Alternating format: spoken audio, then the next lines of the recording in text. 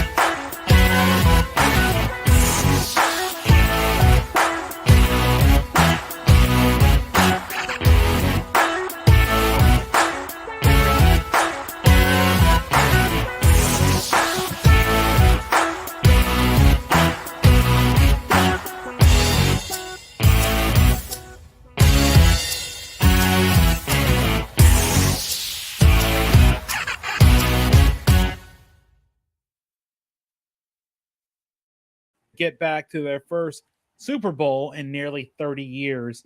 And right now, a lot of things have happened. And of course, they have been part of the biggest conversation in the sports nation, of course, with the game that happened and the incident that happened with DeMar Hamlin. And thankfully, he has recovered.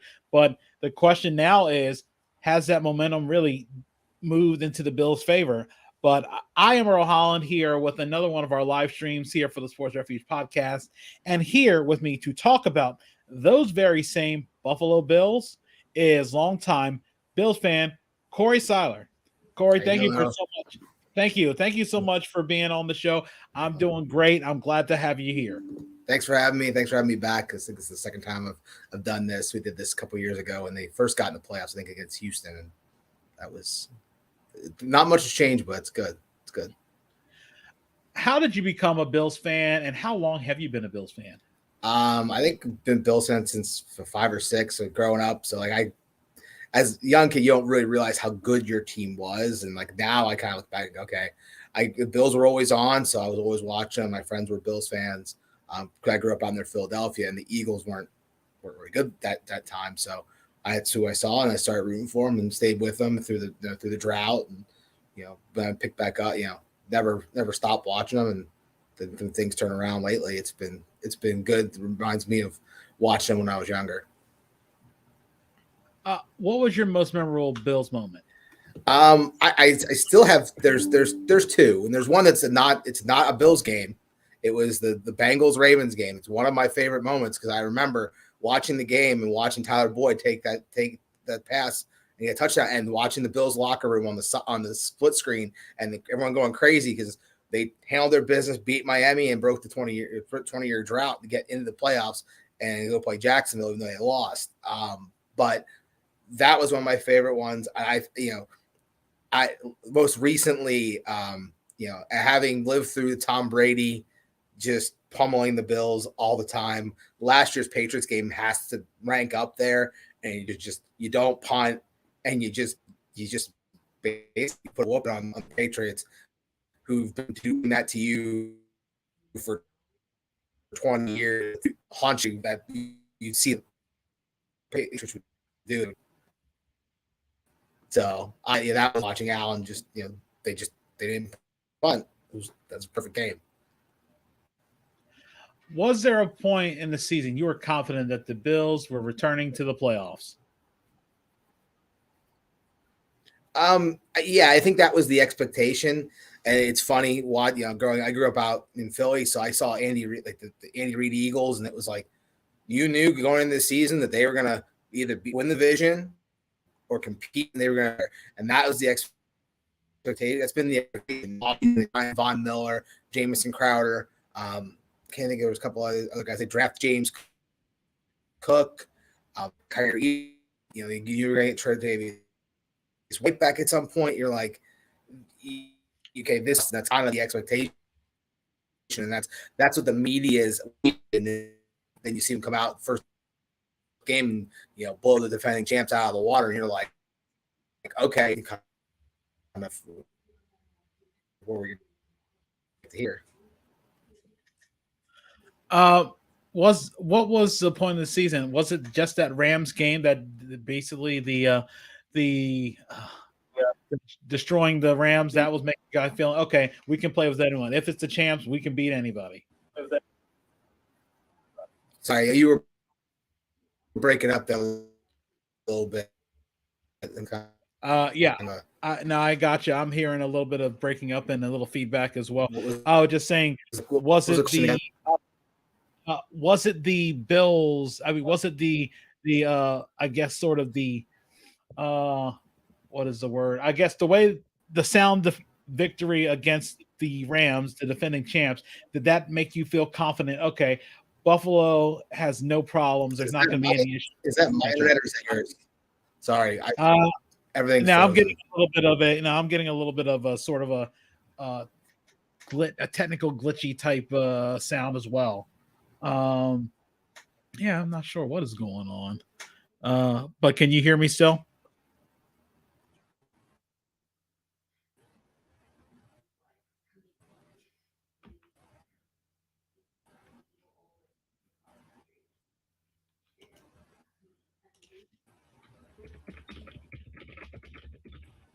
Yeah. So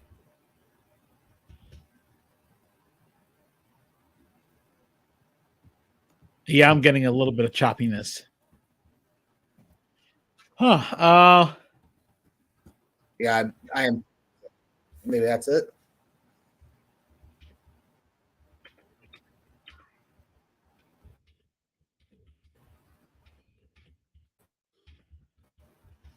And the funny thing is, sometimes when you're dealing with technical difficulties, especially when you're doing something live, you never know what's going to happen technically. And we're working on the issue. Once we can get that really reestablished.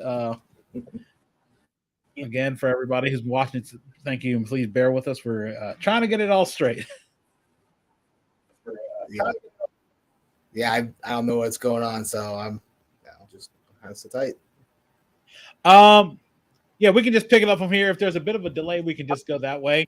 I was saying, was it the dismantling of the Rams that made you confident that the Bills were going to be comfortably back in the playoffs?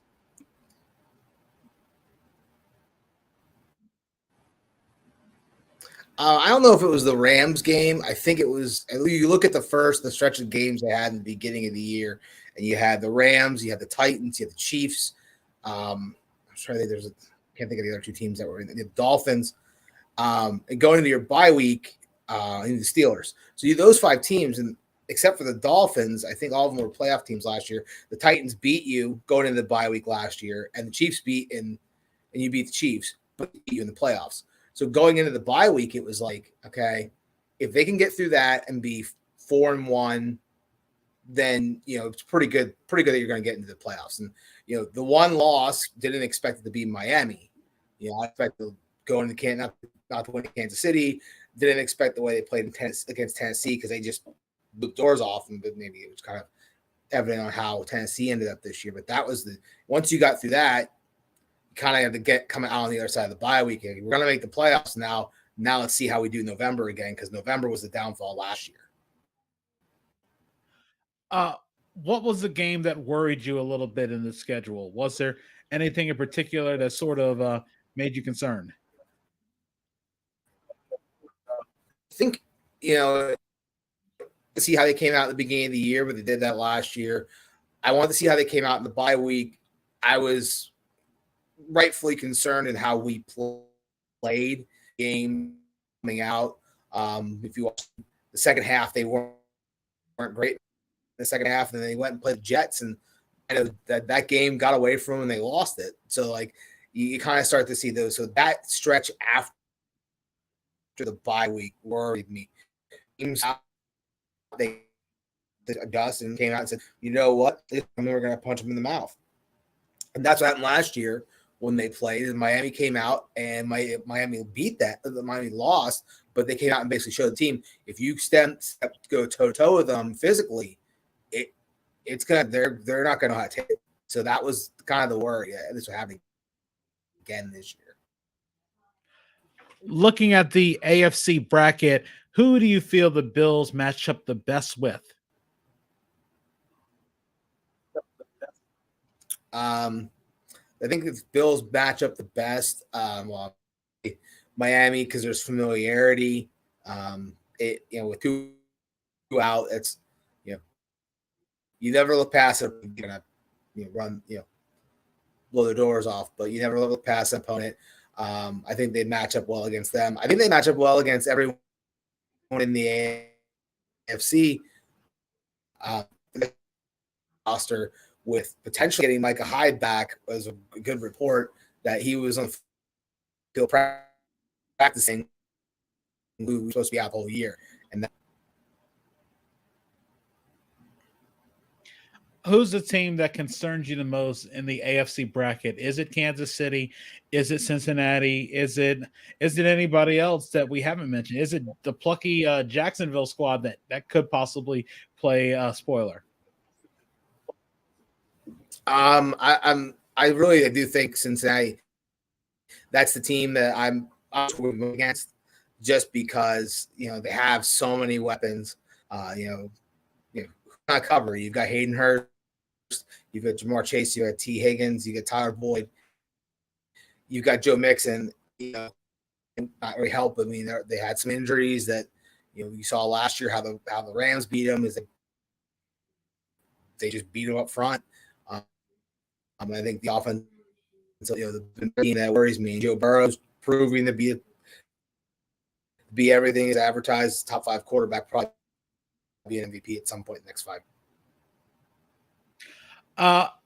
I would be remiss if we didn't mention the Damar Hamlin situation that was going on. Especially, thankfully, he is recovered and he is healthy. He's out of the hospital, things like that. Do you feel that because of that, Buffalo has sort of gained a status, a huge following and support nationwide, especially because of that? And you see it everywhere. Fans of other teams have put up the 3. And do you feel like that could also make them sort of a team of destiny and put the momentum soundly in their favor?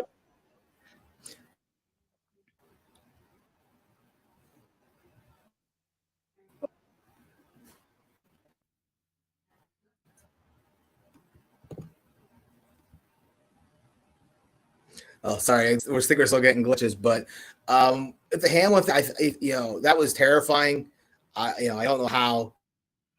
Again, the way that the players and the coaches got themselves was just something you've never seen. People were like, they could have restarted the game. They could have played it out.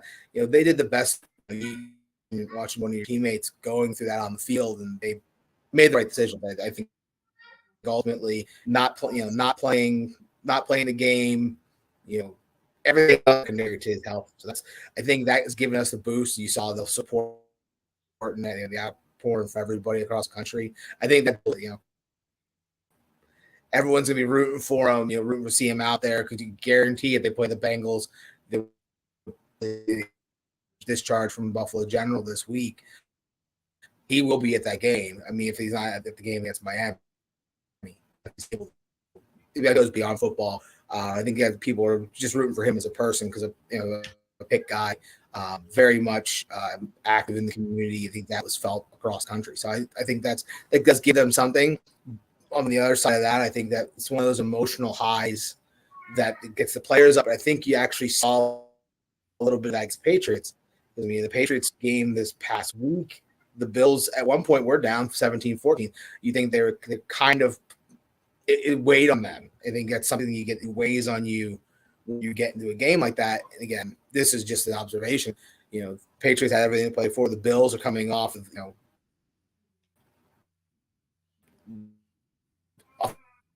for what we just saw and